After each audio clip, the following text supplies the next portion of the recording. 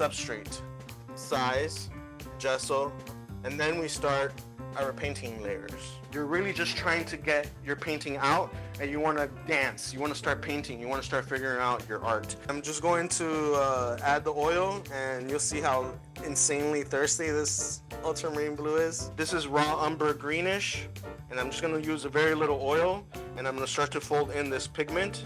I am not measuring. I'm only observing how this pigment more or less absorbs this oil. Your goal is to start to really understand the properties of these pigments. And the best artists are the ones that can figure out what the characteristics of the pigments are and how I can use it for my purpose, for my poetry, for my project, for my craft, or for my surface, right?